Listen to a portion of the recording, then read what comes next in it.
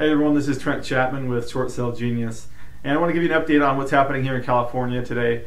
The California Homeowners Bill of Rights was signed into law, and what that means is that the California foreclosure process has changed.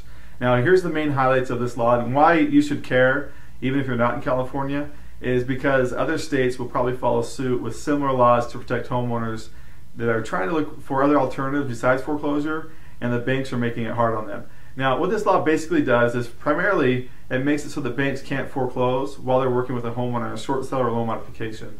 Now, this law does not go into effect until January of 2013, so the banks have a few months to get their act in order and to get the process set up. One of the main things they also do is make it so there's one point of contact or one person that the homeowner is working with on a workout solution. So if you have a homeowner who's doing a loan modification and talking directly to the bank, they'll be talking to one person, not a call center with multiple people giving them status updates. That's one big part of the law for those that are doing loan modifications.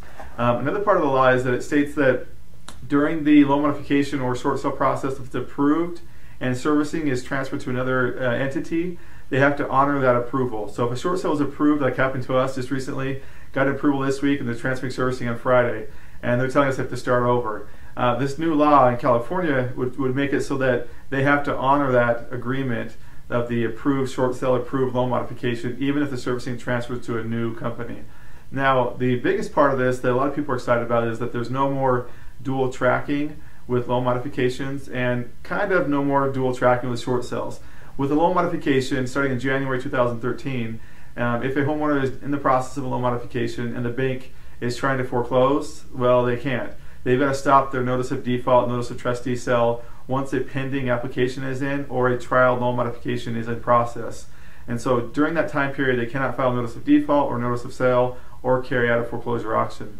Now, as far as the short sale is concerned, it's not so great. They actually make it so that the short sale can only be stopped if the approval has been received by the bank and there's proof that the buyer can close escrow. So it really doesn't help until you actually have a short sale approval. Therefore, they can continue with the foreclosure process, filing an NOD, filing an OTS with a short sale in process. So the law is not so strong on helping homeowners do a short sale, but it is pretty strong on those that are trying to do a loan modification. So that's my only gripe, is that they should have made it so that if a homeowner is working with the bank on a short sale, as long as the bank hasn't denied the short sale, they should not be allowed to dual track and continue to file the foreclosure process.